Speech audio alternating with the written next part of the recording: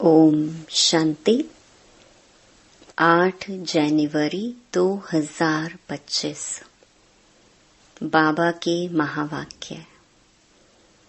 मीठे बच्चे, बाप की श्रीमत तुम्हें 21 पीढ़ी का सुख दे देती है। इतनी न्यारी मत बाप के सिवाय कोई दे नहीं सकता।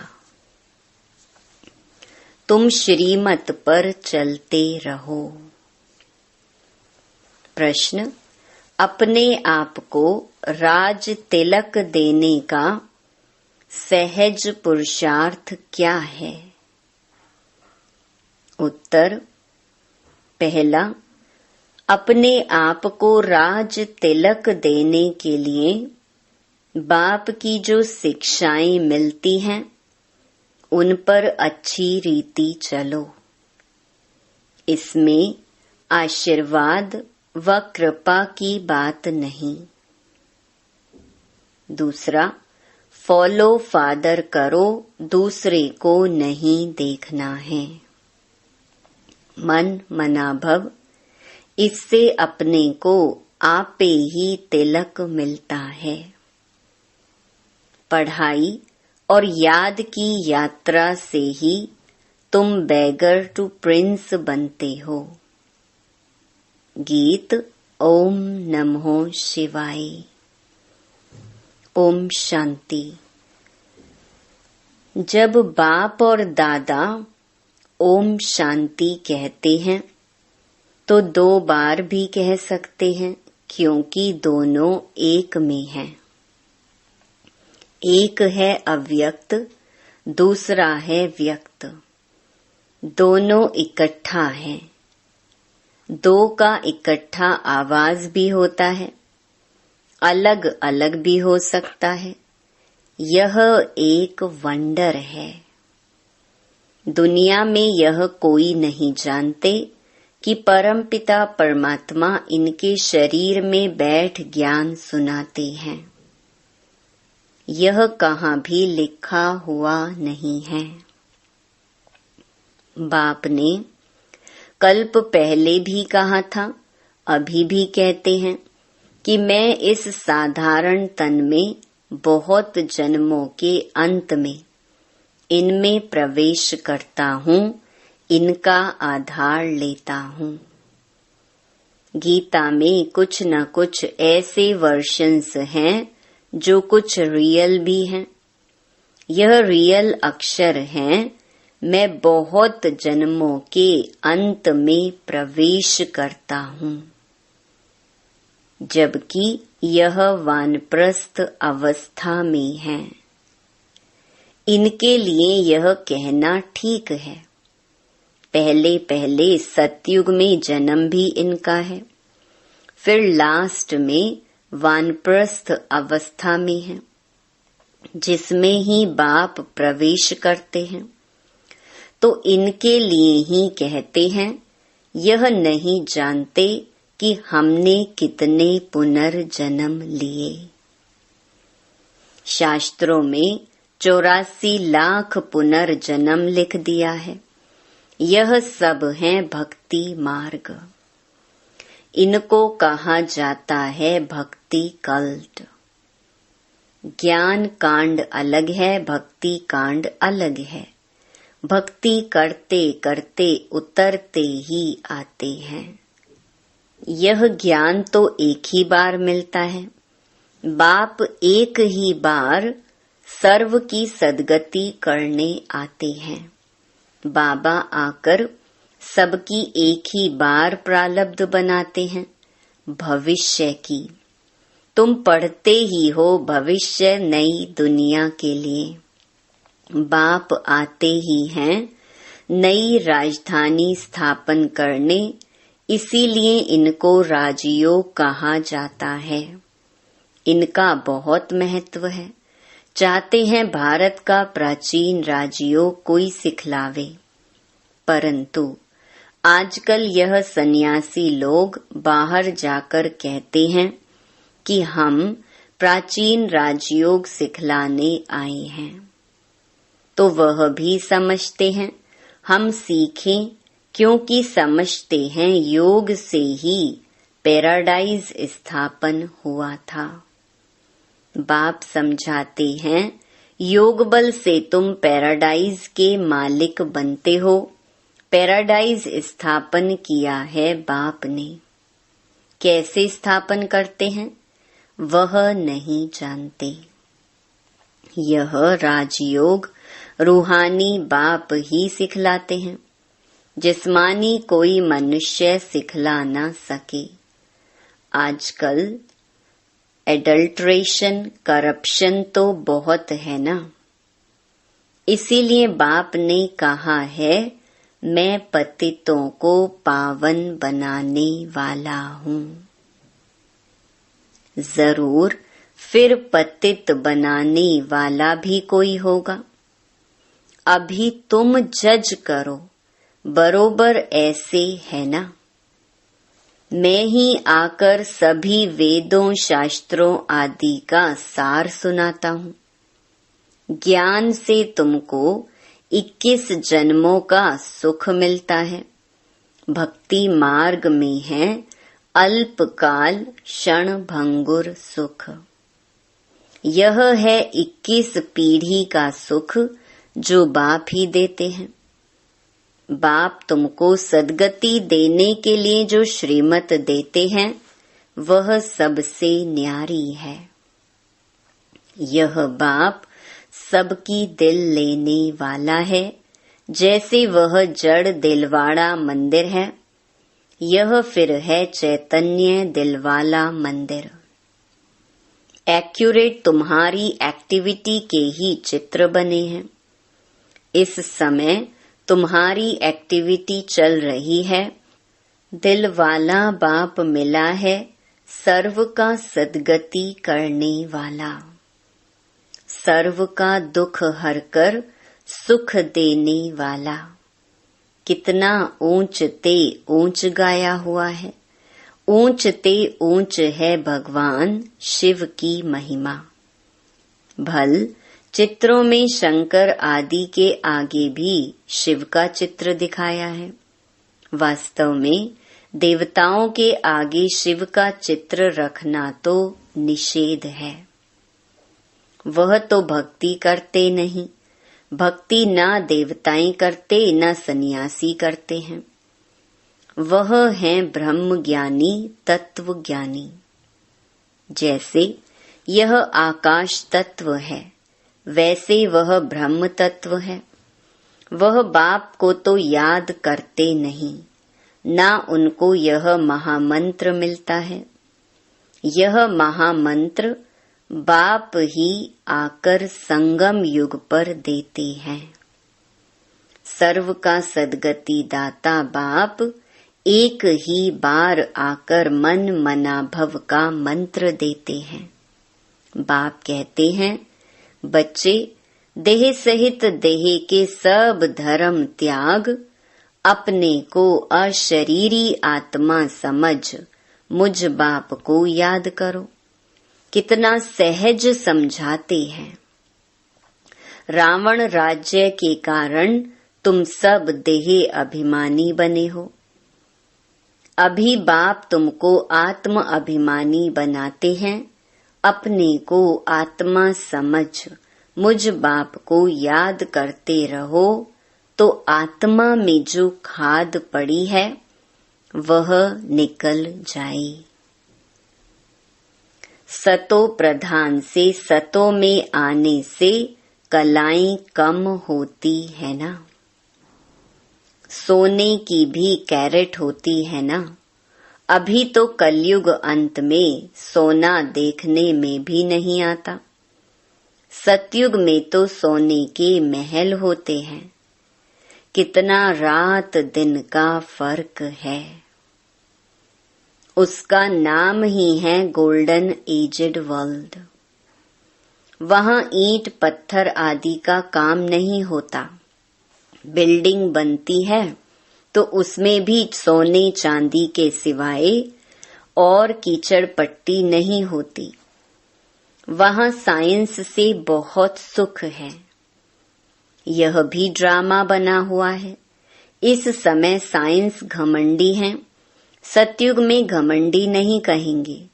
वहां तो साइंस से तुमको सुख मिलता है, यहाँ है अल्पकाल का सुख, फिर इससे ही बड़ा भारी दुख मिलता है। बॉम्ब्स आदि ये सब विनाश के लिए बनाते ही रहते हैं। बॉम्ब्स बनाने के लिए दूसरों को मना करते हैं, फिर खुद बनाते रहते। समझते भी हैं इन बॉम्ब्स से हमारी ही मौत होनी है, लेकिन फिर भी बनाते रहते हैं, तो बुद्धि मारी हुई है ना। यह सब ड्रामा में नोंद है, बनाने के सिवाय रह नहीं सकते।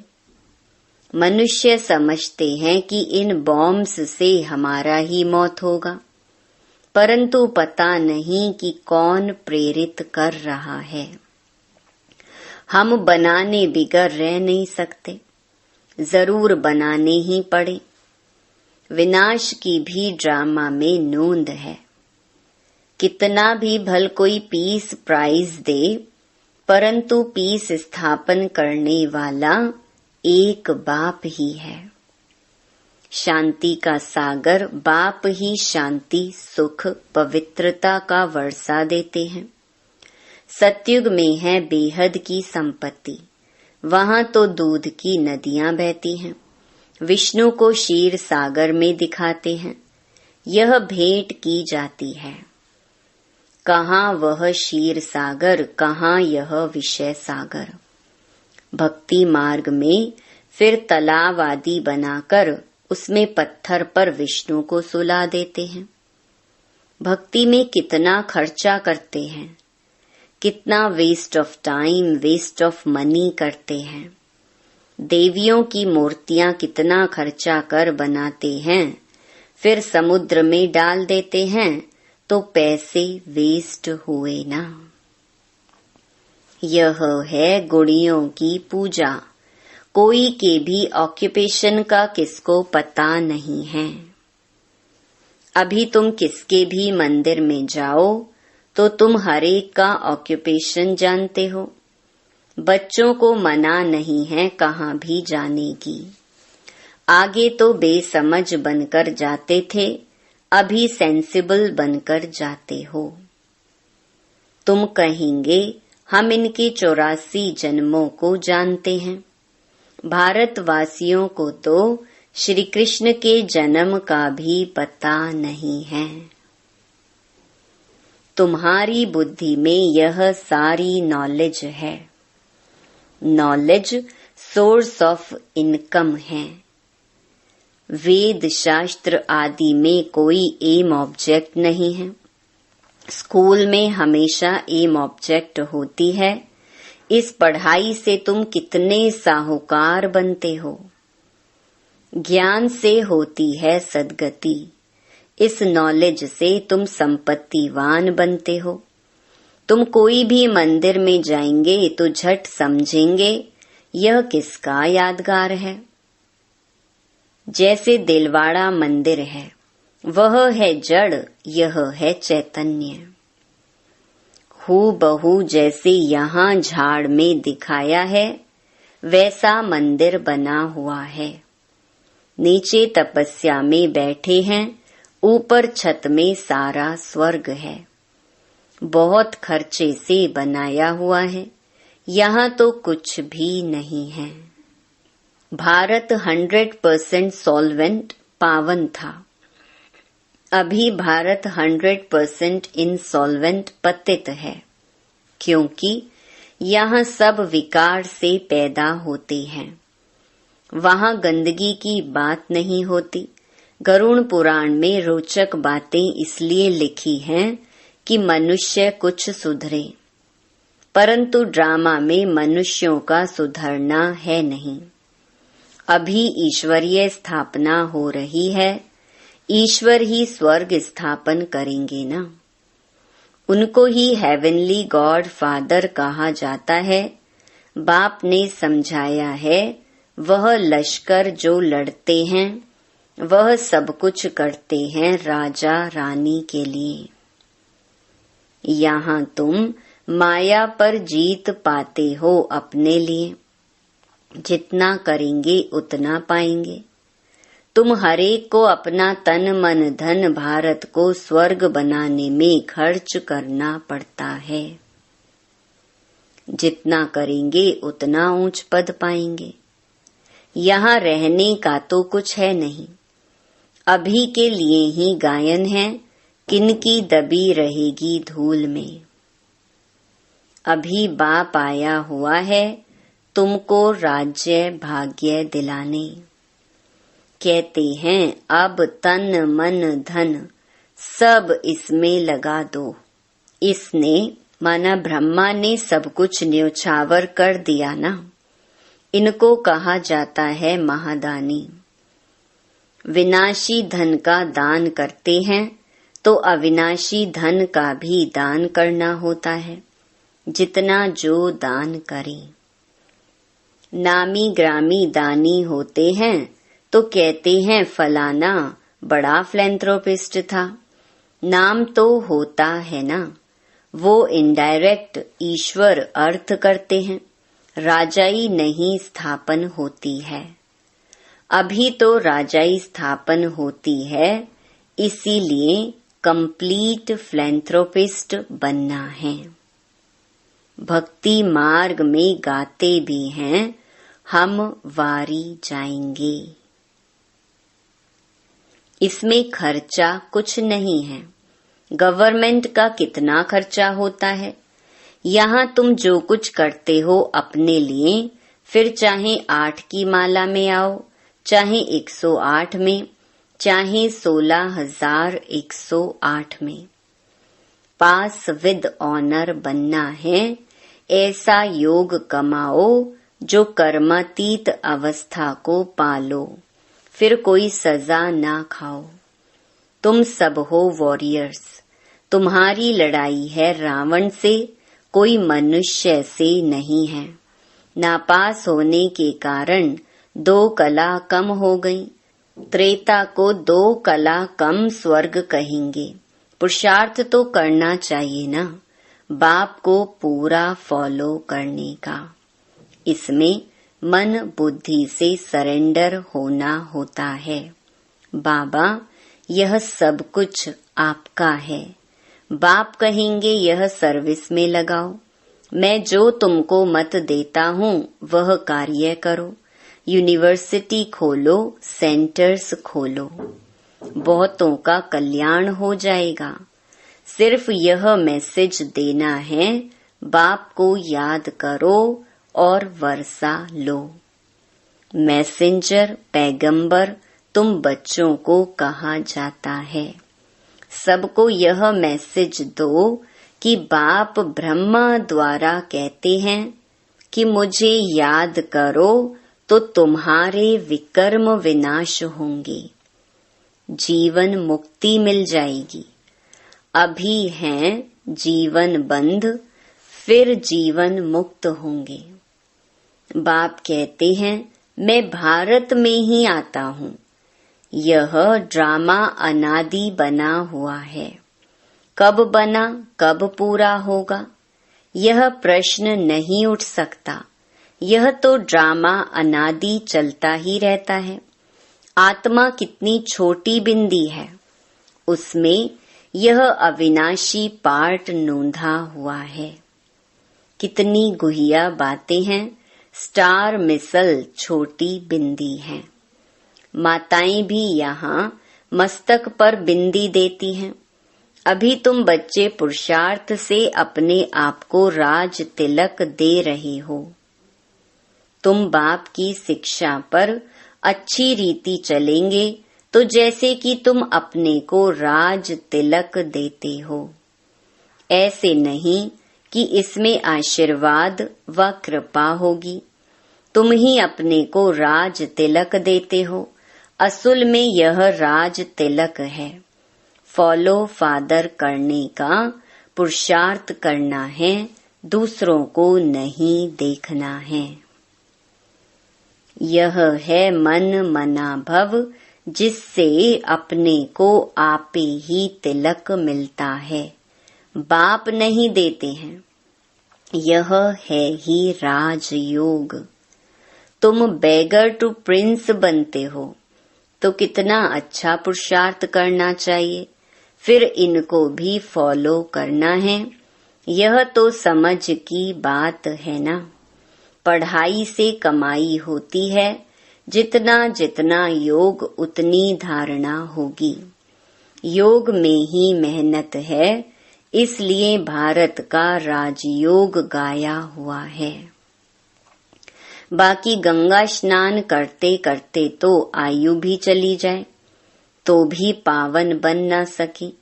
भक्ति मार्ग में ईश्वर अर्थ गरीबों को देते हैं, यहाँ फिर खुद ईश्वर आकर गरीबों को ही विश्व की बादशाही देते हैं। गरीब निवाज है ना। भारत जो 100% सॉल्वेंट था, वह इस समय 100% इनसॉल्वेंट है। दान हमेशा गरीबों को दिया जाता है। बाप कितना ऊंच बनाते हैं, ऐसे बाप को गाली देते हैं। बाप कहते हैं ऐसे जब ग्लानि करते हैं तब मुझे आना पड़ता है। यह भी ड्रामा बना हुआ है। यह बाप भी है, टीचर भी है। सिख लोग कहते हैं सतगुरु अकाल। बाकी भक्ति मार्ग के गुरु तो ढेर हैं। अकाल को तख्त सिर्फ यह मिलता है। तुम बच्चों का भी तख्त यूज करते हैं, कहते हैं मैं इनमें प्रवेश कर सबका कल्याण करता हूँ। इस समय इनका यह पाठ है। यह बड़ी समझने की बातें हैं, नया कोई समझ ना सके। अच्छा, मीठे मीठे सिकिलधे बच्चों प्रति मात पिता बाप दादा का याद प्यार और गुड मॉर्निंग। रूहानी बाप की रूहानी बच्चों को नमस्ते। धारणा के लिए मुख्य सार। पहला, अविनाशी ज्ञान धन का दान कर महादानी बनना है। जैसे ब्रह्मा बाप ने अपना सब कुछ इसमें लगा दिया, ऐसे फॉलो फादर कर राजाई में ऊंच पद लेना है। दूसरा, सजाओं से बचने के लिए ऐसा योग कमाना है जो कर्मातीत अवस्था को पाले। पास विद ऑनर बनने का पूरा पूरा पुरुषार्थ करना है, दूसरों को नहीं देखना है। वरदान, कड़े नियम और दृढ़ संकल्प द्वारा अलबेलेपन को समाप्त करने वाले ब्रह्मा बाप समान अथक भव। ब्रह्मा बाप समान अथक बनने के लिए अलबेलेपन को समाप्त करो। इसके लिए कोई कड़ा नियम बनाओ, दृढ़ संकल्प करो। अटेंशन रूपी चौकीदार सदा अलर्ट रहें तो अलबेलापन समाप्त हो जाएगा। पहले स्व के ऊपर मेहनत करो, फिर सेवा में, तब धरनी परिवर्तन होगी। अभी सिर्फ कर लेंगे, हो जाएगा। इस आराम के संकल्पों के डल्लप को छोड़ो। करना ही है। यह स्लोगन मस्तक में याद रहे तो परिवर्तन हो जाएगा। स्लोगन, समर्थ बोल की निशानी है जिस बोल में आत्मिक भाव और शुभ भावना हो। अपनी शक्तिशाली मनसा द्वारा सकाश देने की सेवा करो। जितना जितना समय समीप आता जा रहा है, उतना व्यर्थ संकल्प भी बढ़ रहे हैं। लेकिन यह चुकतू होने के लिए बाहर निकल रहे हैं। उन्हों का काम है आना और आपका काम है उड़ती कला द्वारा, सकाश द्वारा परिवर्तन करना। घबराओ नहीं, उसके सेक में नहीं आओ। अच्छा, ओम शांति।